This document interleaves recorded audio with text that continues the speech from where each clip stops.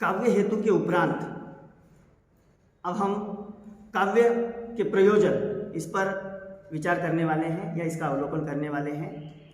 जैसा कि मैंने आपको बताया था कि काव्य के हेतु यानी काव्य के कारण, किन कारणों से व्यक्ति काव्य का निर्माण करता है उसे क्या कहा गया? काव्य हेतु कहा गया।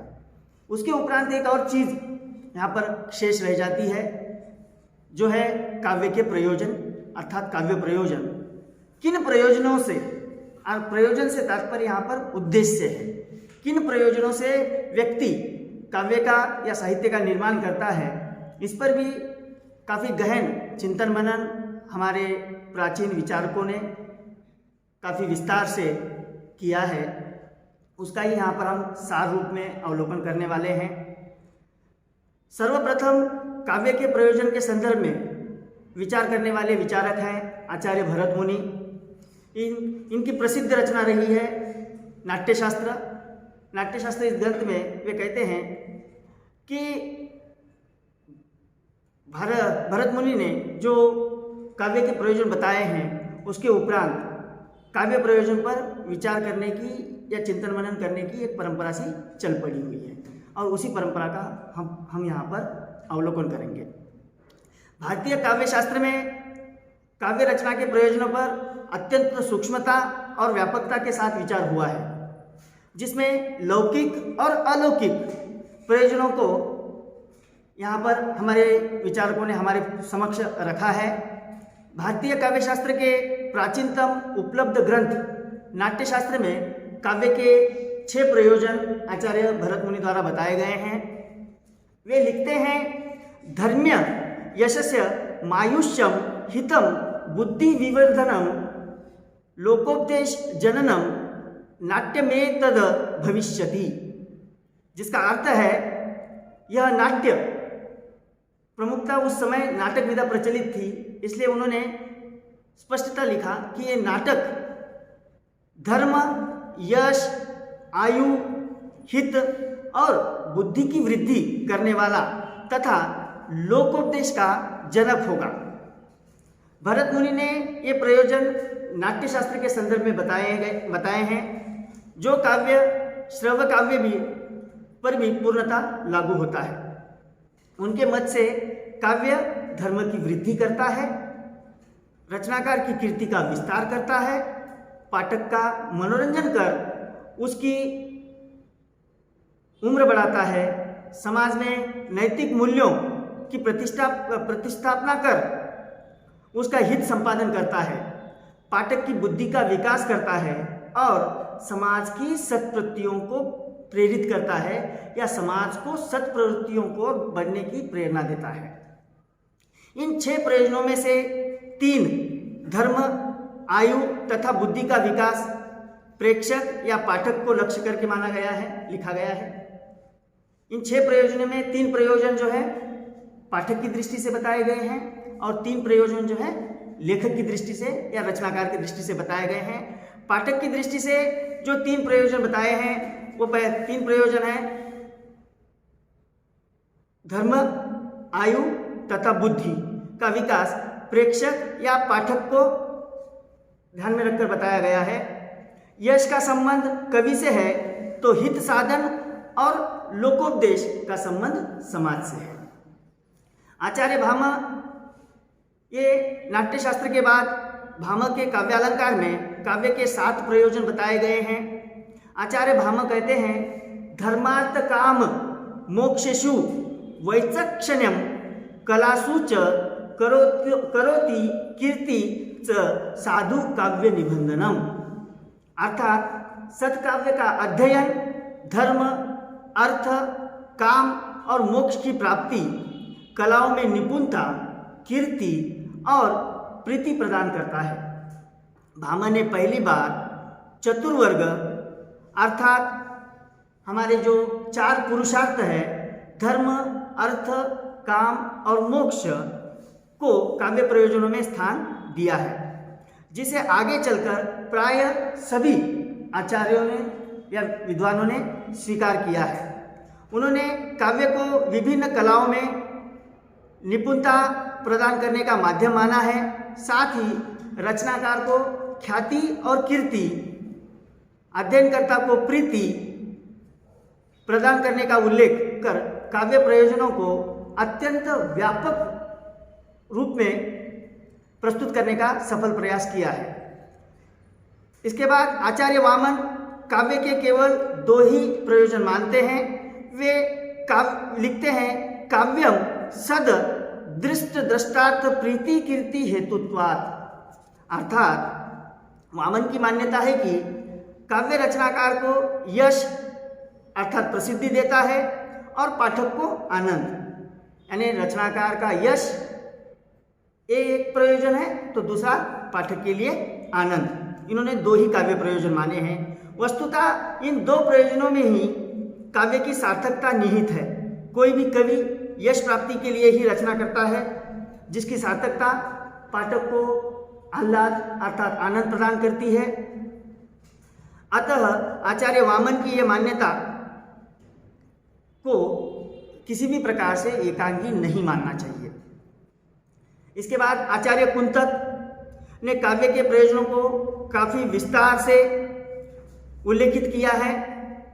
धर्म, अर्थ, काम और मोक्ष की साधना का उपाय सुकुमार क्रम से कहा गया। काव्यबंध अभिजात वर्ग को भी पूर्णता आह्लाद प्रदान करता है। वस्तुतः कोमल व्यवहार के पात्र अभिजात वर्ग के पाठकों को सत्काव्य के अध्ययन से ही उचित व्यवहार ज्ञान प्राप्त हो सकता है, ऐसी धारणा आचार्य कुंतक की रही है।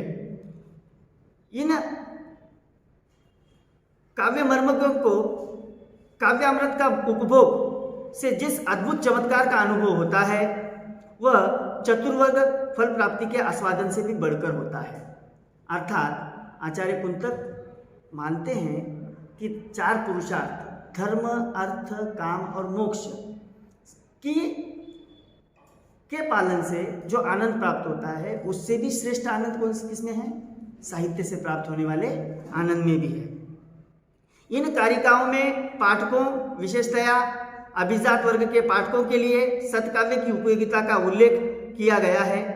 कुंतक कहते हैं कि इस वर्ग के लोगों के लिए धर्मशास्त्रों के द्वारा उचित व्यवहार ज्ञान की शिक्षा देना संभव नहीं। इन्हें तो जीवन के कठोर कर्तव्य का ज्ञान सहजता से देना ही उचित है, जो केवल सत्काव्य के द्वारा ही संभव है। अर्थात समाज की बागडोर जिन लोगों के हाथों में है उन्हें शास्त्रों के द्वारा जो शिक्षा नहीं दी जा सकती वो शिक्षा सत्काव्य के द्वारा अर्थात सत साहित्य के द्वारा दी जा सकती है। अन्य कई मनीषियों में और एक महत्वपूर्ण विचारक हैं मम्मट ने।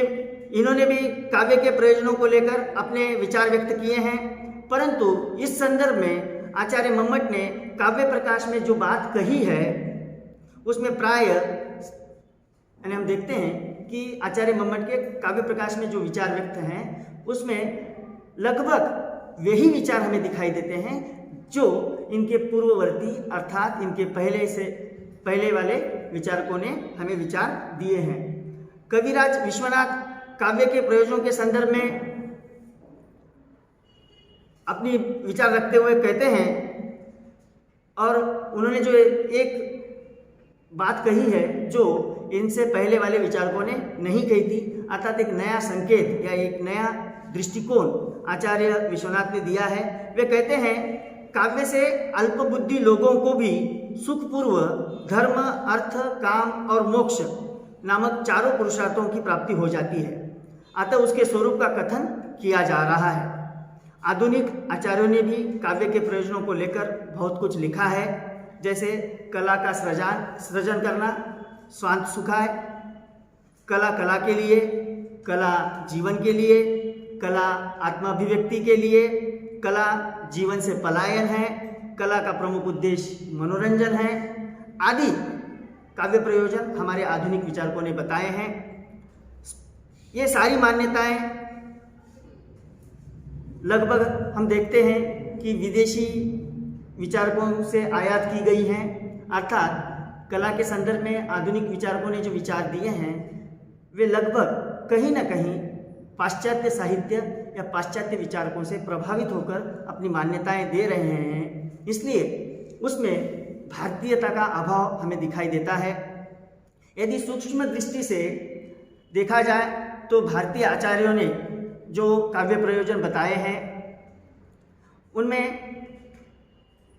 दोनों सिरों को या दो छोरों को उन्होंने स्पर्श किया है, एक आंतरिक और दूसरा बाह्य।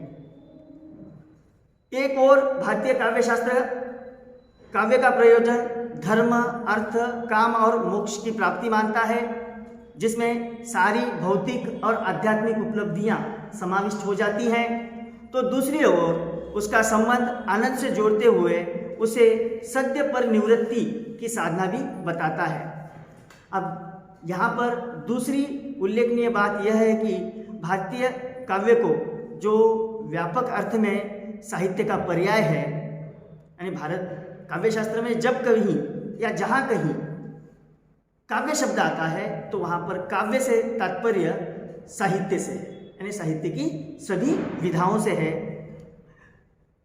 हमारे यहाँ काव्य का स्थान कलाओं से कहीं ज़्यादा ऊंचा है, अतः उसका प्रयोजन भी कला के प्रयोजन से ऊपर मानना ही होगा।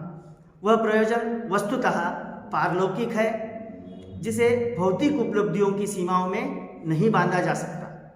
तो इस प्रकार हम देखते हैं कि काव्य प्रयोजन के संदर्भ में भारतीय विचारकों ने जो विचार दिए हैं, उन विचारों का अनुशीलन करने के पश्चात हम ये स्पष्टतः घोषणा कर सकते हैं या बता सकते हैं कि गहन चिंतन मनन के बाद जो काव्य प्रयोजन दिए गए हैं, उन काव्य प्रयोजनों की संख्या 6 है। उसमें 4 प्रधान हैं। वो 4 प्रधान कौन कौन से? धर्म, अर्थ, काम और मोक्ष। तो इन 4 के साथ और 2 जोड़कर लगभग 6 प्रयोजन आज सभी विचारक स्वीकृत करते हैं। तो मुझे लगता है कि ये सारांश रूप में आपको जो काव्य प्रयोजन के संदर्भ में जो अभी मार्गदर्शन किया गया, वो काव्य प्रयोजन का सार समझने के लिए पर्याप्त है। धन्यवाद।